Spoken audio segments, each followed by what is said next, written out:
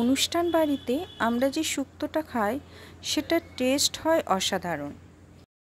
আজ আমি সেই শুক্তের রেসিপি শেয়ার করতে যাচ্ছি। নিরামিষের দিনে আমাদের বাড়িতে এই শুক্তো হলো খুব জনপ্রিয় একটা রেসিপি।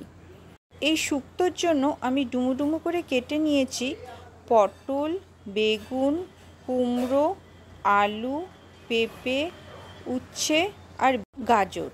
শুক্তের জন্য রাঁধুনি খুব একটা ইম্পর্টেন্ট। তার জন্য আমি প্রথমেই শুকনো কড়াইয়ে একটু রাঁধুনি ভেজে নেব এবং তারপরে সেটা মিক্সি করে গুঁড়ো করে রেখে দেব। এই রান্নাটা আমি পুরোপুরি সর্ষের তেলে করব। প্রথমেই কড়াইয়ে একটু তেল দিয়ে আমি বড়ি ভেজে তুলে রেখে দেব।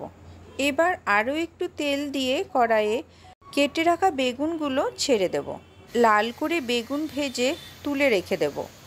আবারও একটু তেল কড়াইয়ে গরম করে কেটে রাখা উচ্ছেগুলো দিয়ে দেব। উচ্ছেও লাল করে ভাজা হলে তুলে নিয়ে নেব।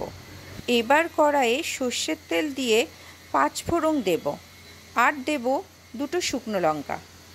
ফোড়নে সুন্দর গন্ধ বেরোলে কাঁচা সবজিগুলো দিয়ে দেব। ওই যেগুলো ভাজিনি সেই সবজিগুলো, তার মধ্যে রয়েছে গাজর, কুমড়ো, পটল, আলু।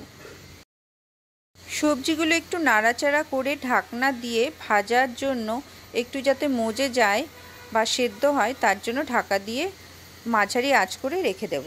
ঢাকনা দেওয়ার আগে হলুদ গুঁড়ো দিয়ে দেব। সজনে ডাঁটাগুলো একটু গরম জলে ভাপিয়ে নরম করে নেব। এবার একটা বাটিতে সর্ষে, পোস্ত, চারমগজ, তিল একসাথে গুঁড়ো করে নিয়ে নেব। এই গুঁড়োর মিশ্রণের মধ্যে একটু জল দিয়ে ভিজিয়ে রেখে দেব। এবার কড়াইয়ের ঢাকা সরিয়ে সবজির মধ্যে 1 চামচ আদা বাটা দেব। একটা ছোট কাপের 1 কাপ দুধ ঢেলে দেব। ওই কাপেরই 1 কাপ জলও দিয়ে দেব। একই সঙ্গে দিয়ে দেব ওই ভিজিয়ে রাখা শস্য পোস্তর মিশ্রণটা। এবার সব কিছু একসাথে একটু রান্না হতে দেব। তারপর দিয়ে দেব সেদ্ধ করা সজনে ডাঁটা, আগে থেকে ভেজে রাখা বেগুন আর উচ্ছে। আবারও সব কিছু একসাথে নাড়াচাড়া করে কিছুক্ষণ রান্না হতে দেব।